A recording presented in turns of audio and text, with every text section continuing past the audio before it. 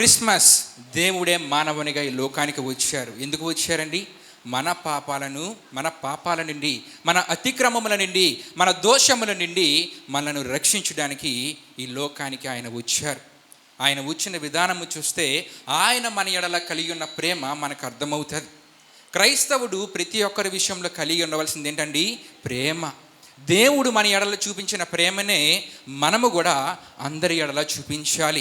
నీ మాటలో ప్రేమ ఉండాలి, నువ్వు చేసే పనుల్లో ప్రేమ ఉండాలి, నీ జీవితంలో ప్రేమ ఉండాలి. అన్నిటికంటే ముఖ్యము యేసు ప్రభువారిని నీ జీవితం ద్వారా ఇతరులకు చూపించగలగాలి. దేవునికి స్తోత్రం, హల్లెలూయా. దీన్నే మనం క్రిస్మస్ అంటాం. క్రిస్మస్ అంటే మనందరం వినేవేటండి, పిండి వంటలు వింటారు, ఇవన్నీ వింటారు. ఇవి కాదు, బైబిల్ గ్రంథం నుండి యోసేపు మరియా పేరు వింటాం, దేవదూతల గురించి వింటాం, గొల్లల గురించి వింటాం. ఇవన్నిటి కాకుండా ఇంకొకరి గురించి వింటాం. వారెవరండి? ఇంకొకరు ఎవరి గురించి వింటాం? అందరూ చెప్తే బాగుంటుంది. తూర్పు దేశపు జ్ఞానులు. తూర్పు దేశపు జ్ఞానుల గురించి కూడా మనం వింటూ ఉంటాం. ఈ తూర్పు దేశపు జ్ఞానుల నుండి కొన్ని విషయాలను మీకు తెలియజేయాలని ఆశపడుచున్నాను. తూర్పు దేశపు జ్ఞానులు, ప్రియమైన దేవుని బిడ్డలారా, వారు ఖగోళ పరిశోధకులు అంటాం. ఖగోళ పరిశోధకులు అంటే వారు ఏం చేస్తారంటే నక్షత్రాలను, గ్రహాలను పరిశీలిస్తారు. చాలామంది రకరకాల శాస్త్రవేత్తలు ఉంటారు, అందులో ఖగోళ పరిశోధకులు ఒకరు. వీరు నక్షత్రాలని, గ్రహాలని ఏం చేస్తారండి? పరిశీలిస్తారు. అయితే ఈ తూర్పు దేశపు జ్ఞానులు యూదులే. చాలామంది అంటూ ఉంటారు వీరు అన్యులు అంటూ ఉంటారు, పారసీకులు అంటూ ఉంటారు, కల్దీలు అంటూ ఉంటారు. కానీ ఈ తూర్పు దేశపు జ్ఞానులు ఎవరండి? యూదులే. ఈ తూర్పు దేశపు జ్ఞానుల పని ఏంటంటే అభిషక్తుడు మెస్సియా, వారి యొక్క రక్షణ కొరకు పుట్టబోయే యేసుక్రీస్తు వారి గురించి వారు ఎదురు చూస్తూ ఉంటారు. యేసుక్రీస్తు వారు ఎప్పుడు జన్మిస్తారని చెప్పి వారు ఏం చేస్తూ ఉండేవారండి? ఎదురు చూస్తూ ఉండేవారు. ఎదురు చూస్తూ ఉండమే కాకుండా ఈ పరిశుద్ధ గ్రంథమైన బైబిల్లో ధర్మశాస్త్రంలో రాయబడిన ప్రతి మాటని పరిశీలించేవారు.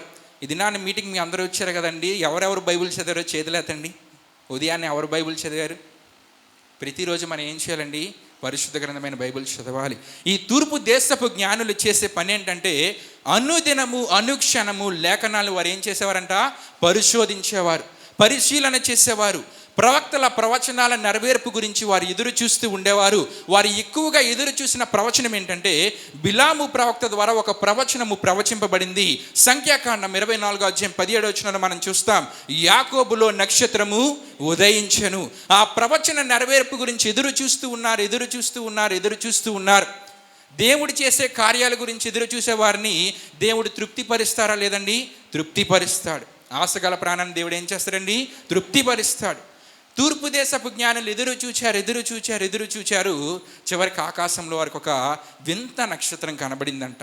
అన్ని నక్షత్రాలు ఒకలా ఉన్నాయి, ఆ నక్షత్రం మాత్రం ఎలాగుంది? వింతగా ఉంది. చూశారు, ఇదేంటి వింతగా ఉంది నక్షత్రం? అన్నీ ఒకలా ఉన్నాయి, ఈ నక్షత్రం ఏంటి వింతగా ఉంది, విచిత్రంగా ఉంది అని చూసి వెంటనే వారిలో కలిగిన విశ్వాసం ఏంటంటే ఆ యాకోబులో నక్షత్రము ఉదయించుననే ప్రవచన నెరవేర్పు జరిగింది. అభిషక్తుడు మెస్సియా, మా రక్షణ కొరకు పుట్టబోయే యేసుప్రభువారు ఏమయ్యారు? జన్మించారు. వారిలో విశ్వాసము కలిగింది, నమ్మకము కలిగింది. యేసుక్రీస్తు వారు జన్మించారనే విశ్వాసము వారిలో కలగగానే వారు తీసుకున్న నిర్ణయం ఏంటంటే ఆ యేసుక్రీస్తు ప్రభు వారిని మేము చూడాలి. నిర్ణయాన్ని తీసుకున్నారు. వారి ప్రయాణాన్ని ప్రారంభించారు. తూర్పు దేశంలో ఉన్న వీరు ఎవరండి? జ్ఞానులు. వారు లోకములో ఎంతో జ్ఞానాన్ని సంపాదించుకుని ఉండొచ్చు, కానీ వారు కోరుకున్నది ఏంటంటే నిజ దేవుని దగ్గరికి మేము వెళ్తే ఆ నిజ దేవుని దగ్గర ద్వారా మేము సంపాదించుకునే జ్ఞానమే ఈ లోక జ్ఞానము కంటే ఎక్కువ. మనము క్రీస్తుని కలిగిన క్రైస్తవ బిడ్డలమైన మనము గ్రహించాల్సిన విషయం ఏంటంటే ఈ లోక జ్ఞానము పరలోక రాజ్యానికి మనను చేర్చదు. ఈ లోక జ్ఞానము కొంతకాలము వరకు ఉపయోగపడుతుంది, కానీ నిజ దేవుని ద్వారా సంపాదించుకునే జ్ఞానము నిత్యము మనతో ఉంటుంది. నిజ దేవుని ద్వారా సంపాదించుకునే జ్ఞానము శాశ్వతము మనము జీవించడానికంటే పరలోక రాజ్యానికి మనల్ని చేరుస్తుంది. దేవునికి స్తోత్రం, హల్లెలూయా. దేవుని వాక్యంలో దానియేలు గ్రంథంలో ఉంటుంది, జ్ఞానులకు జ్ఞానము కలుగజేవాడు దేవుడే. బుద్ధి, జ్ఞాన, సర్వ సంపదలు ఎవరి దగ్గర ఉన్నాయంటండి? దేవుని దగ్గరే ఉన్నాయి. మరి మనము లోక జ్ఞానము వెనక పరిగెడితే ఉపయోగం లేదు, కానీ ఏ జ్ఞానాన్ని మనం సంపాదించుకోవాలండి? ఆధ్యాత్మిక జ్ఞానము, దేవుని జ్ఞానాన్ని మనం సంపాదించుకోవాలి. శాస్త్రవేత్తలు ఎంతోమంది శాస్త్రవేత్తలు వారు ఎన్నో పరిశోధనలు చేశారు. ఎన్నో కనిపెట్టారు. కానీ 70% మంది శాస్త్రవేత్తలు చెప్పే మాట ఏంటంటే, నేను కనిపెట్టిన ప్రతిదీ కూడా దేవుడు నాకు ఇచ్చిన జ్ఞానము ద్వారానే, నా జ్ఞానము కాదు, నేను కనిపెట్టింది కాదు, దేవుడు నాకు ఇచ్చిన జ్ఞానము ద్వారానే ఇవన్నీ నేను కనుగొనగలిగానని చెప్పి సాక్ష్యం ఇచ్చారండి. సర్ ఐజాక్ న్యూటన్, సైన్స్ తెలిసినా తెలియకపోయినా సరే అందరికీ అతని పేరు తెలుసు. ఒకరోజంట యాపిల్ చెట్టు కిందన కూర్చున్నారంటండి. ఈ రోజుల్లో అంటే ఫోన్లు ఉన్నాయి, అన్నీ ఉన్నాయి కాబట్టి ఖాళీ దొరికితే మనం ఏం చేస్తాము, వీడియోలు చూస్తాం, ఏవోటి చేసుకుంటాం. ఆ రోజుల్లో ఫోన్లు లేవు, ఏవీ లేవు. సమయం మిగిలితే ఏదో చెట్టు కింద కూర్చొని ప్రకృతిని ఆస్వాదించేవారు.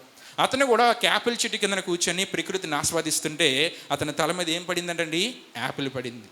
దడేలు మన యాపిల్ పడగానే మనము చెట్టు కింద కూర్చొని మన మీద యాపిల్ పడితే మనం ఏం చేస్తామండి, నేను చెట్టు కింద కూర్చున్నాను, నా మీద యాపిల్ పడింది, నేను ఇక్కడి నుండి వెళ్ళిపోతాను, నాకు ఇక్కడ ఉండాలని లేదు. కానీ ఐజాక్ న్యూటన్ గారిలో కలిగిన నాలెడ్జ్ ఏంటంటే, యాపిల్ నా మీద పడింది, మరలా పైకిందికి వెళ్ళలేదు. నా మీద యాపిల్ పడింది, మళ్ళీ పైకిందుకు వెళ్ళలేదు. యాపిల్ నా మీద పడింది, పక్కకు పడచ్చు కదా, ఈ పక్కకు పడచ్చు కదా. ఆ ఆలోచనతోనే అతను ఏం కనుగొన్నాడంటే, గ్రావిటేషన్ అనేది కనుగొన్నాడండి. దేవునికి స్తోత్రం, హల్లెలూయా.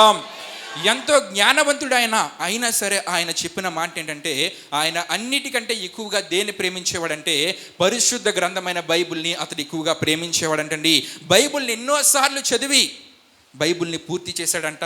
తన యొక్క శాస్త్రీయ పరిశోధనలన్నిటికీ ఆధారం ఏమని చెప్పాడంటే, పరిశుద్ధ గ్రంథమైన బైబిల్ అని చెప్పి సాక్ష్యం ఇచ్చాడు. దేవునికి స్తోత్రం, హల్లెలూయా.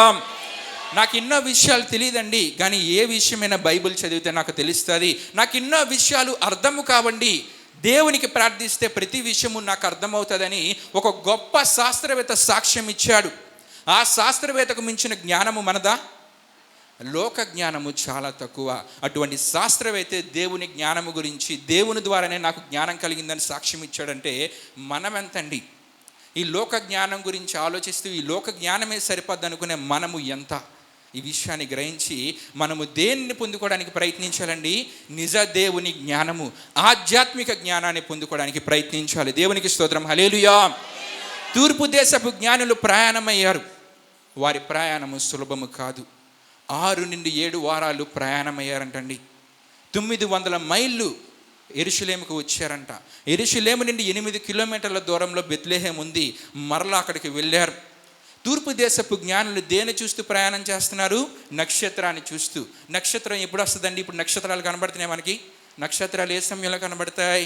రాత్రి సమయంలోనే. అంటే వాళ్ళ ప్రయాణం ఎప్పుడు జరిగింది? రాత్రి సమయంలోనే. వారి ముందర నక్షత్రము నడుస్తూ ఉంటే వారు నక్షత్రాన్ని చూస్తూ ముందుకు వెళ్తూ ఉన్నారు. అయితే ఇక్కడ మనం గమనించాల్సిన విషయము, వారి ప్రయాణంలో దోపిడీ దొంగలు ఉంటారు, వారి ప్రయాణంలో క్రూర మృగాలు ఉంటాయి, వారి ప్రయాణంలో బందిపోటు దొంగలు ఉంటారంటే వాళ్ళ దగ్గర ఉన్నవన్నీ దోచుకొని వారిని చంపి అక్కడే విడిచిపెట్టే బందిపోటు దొంగలు ఉంటారు. ఇవన్నీ తూర్పు దేశపు జ్ఞానులకు తెలుసా తెలియదంటే వాళ్ళందరికీ ఇవన్నీ తెలుసండి. తెలిసినా సరే వారి ముందున్న లక్ష్యం ఏంటంటే, మేము యేసు ప్రభు వారిని చూడాలి. అన్నీ తెలిసినా సరే, ఎన్నో కష్టాలు ఎదురవుతాయని తెలిసినా సరే వారు ఏ విషయాన్ని ఆలోచించారంటే, మేము యేసు ప్రభు వారిని కలుసుకోవాలి, మేము యేసు ప్రభు వారిని చూడాలి. ఆటంకాలు తెలిసినా సరే వారు ప్రయాణాన్ని కొనసాగించారు. దేవునికి స్తోత్రం, హల్లెలూయా. వారి ప్రయాణాన్ని కొనసాగించారు. అయితే ఇక్కడ ఇంకొక వ్యక్తి కనబడతారు. తూర్పు దేశపు జ్ఞానులు అంతగా ప్రయాణం చేసి వస్తుంటే యెరూషలేములో కూడా ప్రధాన యాజకులు ఉన్నారంట, యెరూషలేములో కూడా శాస్త్రులు ఉన్నారంట, యెరూషలేములో కూడా జ్ఞానులు ఉన్నారంట. వాళ్ళకి యేసు ప్రభువారు బెత్లెహేంలో పుడతారని తెలుసు, కానీ వారు కనీసము ప్రయత్నము చేయలేదండి. వారు కనీసము యేసు ప్రభువారిని కలుద్దామని ఆలోచించలేదు. ఇది నీ క్రీస్తుని కలిగిన క్రైస్తవులమైన మనము 2 రకాల క్రైస్తవులు మన ముందు కనబడుతున్నారు. ఎన్ని కష్టాలు ఉన్నాయని తెలిసిన యేసు ప్రభువారికి కలవడానికి ముందుకు వెళ్ళిన తూర్పు దేశపు జ్ఞానులు ఒకరైతే, అన్నీ తెలిసినా ఏమీ చేయలేని ప్రధాన యాజకులు శాస్త్రులు ఒకవైపు. కష్టాలన్నీ తెలిసి నేను క్రైస్తవుడిగా ఉంటానని ముందుకు వెళ్తున్న క్రైస్తవుడిగా నీవు ఉన్నావా? ఏదైనా సరే దేవుడైన నమ్మకముతో నీవు ఉన్నావా? లేకపోతే అన్నీ తెలిసి కూడా వెనక్కి వెళ్ళిపోయే పరిస్థితిలో నీవు ఉన్నావా? నీవు పరీక్షించుకో.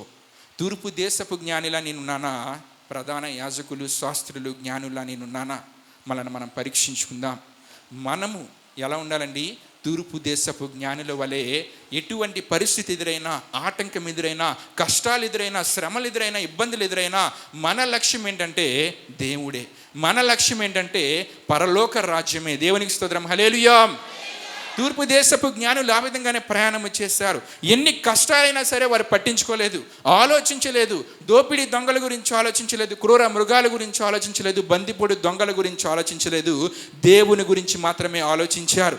దేవుని గురించి మనం ఏం చేసినా, ఎంత కష్టపడినా దానికి ఏం దొరుకుతుందండి? ప్రతిఫలం దొరుకుతుంది. అబ్రాహాముతో దేవుడు అన్నారంట ఒకనొక సందర్భంలో, నీకున్న ఒక్కగానొక కుమారుని ఏం చేసిమన్నారు? బలిగా అర్పించమన్నారు. మోరియా దేశానికి వెళ్ళి మోరియా దేశానికి వెళ్ళి నేను చెప్పే పర్వతం మీద కుమారుని బలిగా అర్పించేయి. అబ్రాహాము 3 దినాల ప్రయాణమే వెళ్ళాడంటండి.